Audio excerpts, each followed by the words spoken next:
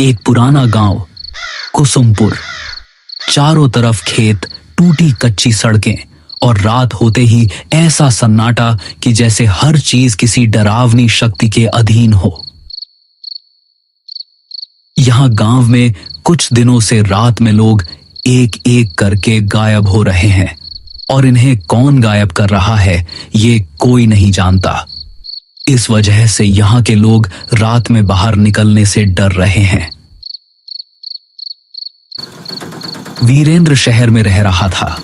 उसके पिता की हाल ही में मौत हुई थी और अब उसे अपने पुश्तैनी घर और जमीन के कागज पूरे करने के लिए कुसुमपुर लौटना पड़ रहा था। शाम का समय था। आकाश में हल्की धुंध थी और सड़कें लगभग अंधेरी। वीरेंद्र ऑटो में बैठा गांव की ओर बढ़ रहा था। ऑटो वाला चुपचाप ड्राइव कर रहा था।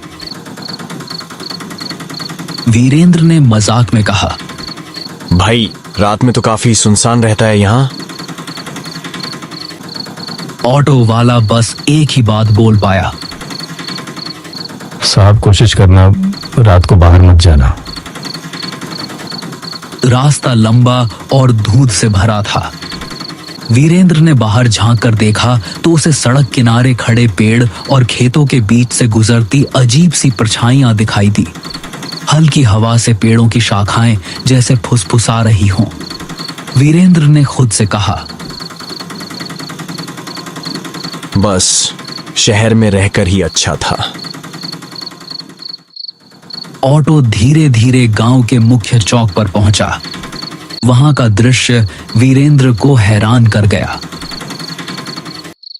पूरे गांव में सन्नाटा था। कोई दुकानदार नहीं, कोई आदमी नहीं। चौपाल खाली थी। कुत्ते भी अपनी जगहों पर भौंक रहे थे।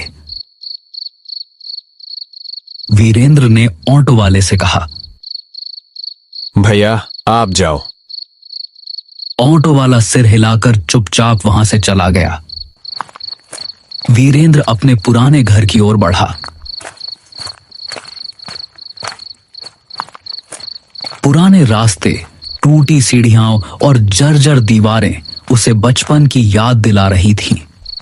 घर का दरवाजा अजीब तरह से बंद था। वहीं उसे अपनी बचपन की दोस्त मंजरी दिखाई दी। मंजरी अब अकेली रह रही थी। उसका चेहरा थका हुआ और डरावना लग रहा था। मंजरी ने धीरे से कहा, और वीरेंद्र इतने साल बाद कैसे हो? क्या हालचाल है? और यहां आना कैसे हुआ? हाँ मंजरी, मैं ठीक हूं। मैं बस अपनी पुश्तैनी जमीन का कुछ काम पूरा करने आया था। लेकिन यह बताओ, ये गांव में इतना सन्नाटा क्यों है? वीरेंद्र, हर रात यहाँ कोई ना कोई आदमी गायब हो जाता है। कोई आवाज नहीं, कोई निशान नहीं। बस सुबह जमीन पर एक काला निशान मिलता है, जैसे किसी ने उन्हें जला दिया हो। वीरेंद्र ने हंसकर कहा, मंजरी, ये सब मनगढ़ंत बातें हैं। गांव वाले डरावनी कहानियां बनाते हैं। अगर तुम इसे हल्के में लोगे तो शायद बाद में पछताओगे। रात में बहुत अजीब चीजें होती हैं। आवाजें, परछाइयां और कभी-कभी नाम पुकारने वाली आवाजें। वीरेंद्र ने उसे शांत करने की कोशिश की, लेकिन उसके मन में डर बैठ गया। वह जानता था कि रात अब शुरू हो चुकी है और गांव का सन्नाटा धीरे धीरे उसे अपने घेरे में ले रहा है। रात गहरी होने लगी। वीरेंद्र घर के पुराने कमरे में बैठा धुंध से ढकी खिड़कियों के बाहर झांक रहा था। हर खिड़की पर अजीब सी परछाइयां गुजर रही थीं। कभी हवा में फुसफुसाहटें, कभी दीवारों के पीछे किसी का नाम पुकारना। वीरेंद्र ने सोचा, यह सब अजीब है। लेकिन उसके पास समय कम था। वो डरते डरते सोया। अगले दिन जमीन और घर के कागज कंप्लीट करने थे। वो धीरे धीरे गांव की गलियों में घूमना शुरू करता है। वहां हर घर का दरवाजा जल्दी बंद होता है। कोई बाहर नहीं दिखता। चौपाल बिल्कुल खाली। कुत्ते भी अजीब तरह से घूर रहे थे। वीरेंद्र ने महसूस किया कि जैसे हर कोई डर के साए में रह रहा हो। तभी उसे गांव का पुराना पंडित दिखाई दिया। पंडित बुजुर्ग और गंभीर थे। उनका चेहरा समय की मार झेल चुका था। पंडित ने वीरेंद्र को देखते ही गंभीर स्वर में कहा, वीरेंद्र, तुम यहाँ क्या करने आए हो? पिताजी के जमीन के कागज पूरे करने, लेकिन ये सब अजीब क्यों है? यह गांव शापित है और यह श्राप उसी जमीन से जुड़ा है जो तुम्हारे परिवार की थी। वीरेंद्र हैरान रह गया। उसने पूछा, कैसा श्राप? तुम्हारे दादा ने इस जमीन पर एक मंदिर गिरवाया था।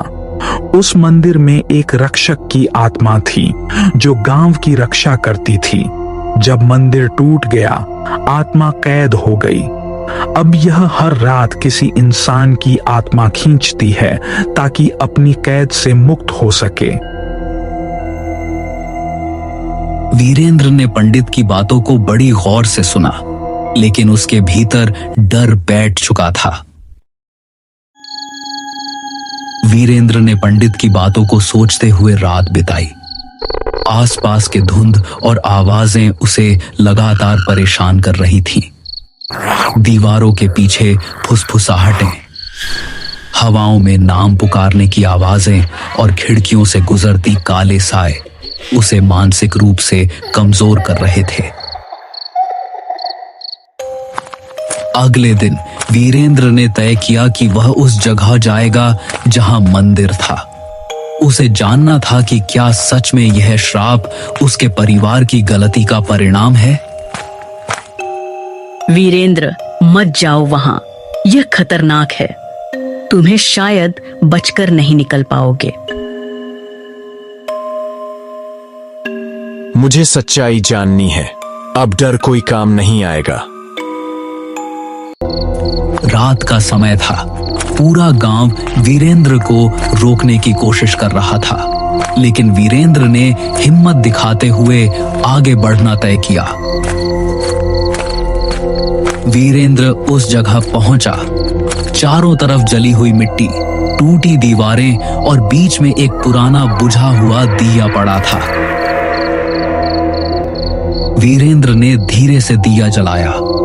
जैसे ही लौ उठी, जमीन हिलने लगी। हवा में सिसकारियां गूंजने लगी। वीरेंद्र का मन डर से कांप रहा था। तभी मंजरी वहां पहुंचती है, लेकिन उसका चेहरा बदल चुका था। उसकी आंखों में अब शैतानी शक्ति दिख रही थी। मंजरी इंसान नहीं थी। वो वही राक्षस की आत्मा थी जो मंदिर टूटने पर कैद हो गई थी। सालों से मंजरी गांव के लोगों को मार रही थी ताकि उन्हें अपने अंदर खींचकर श्राप से मुक्त हो सके। लेकिन अब वीरेंद्र के लौटने से उसकी कैद पूरी तरह टूटने वाली थी। मैं अब तुम्हें नहीं छोड़ूंगी। तुम्हें निगलने के बाद मैं इस श्राप से मुक्त हो जाऊंगी। नहीं, मुझे छोड़ दो। लेकिन आसपास धुआं फैल जाता है। धीरे धीरे वीरेंद्र गायब हो जाता है। गांव में अब केवल सन्नाटा और हवा में हल्की सिसकारियां रह जाती हैं। सुबह गांव में अफवाह फैलती है। वीरेंद्र भी उस राक्षस के चंगुल में फंस गया। गांव के लोग अब और अधिक डर के साए में जीने लगते हैं। कुसुमपुर की धुंध अब और घनी हो जाती है। सड़कें, पेड़, खेत और पुराना घर, सब कुछ जैसे वीरेंद्र की कमी को महसूस कर रहा हो।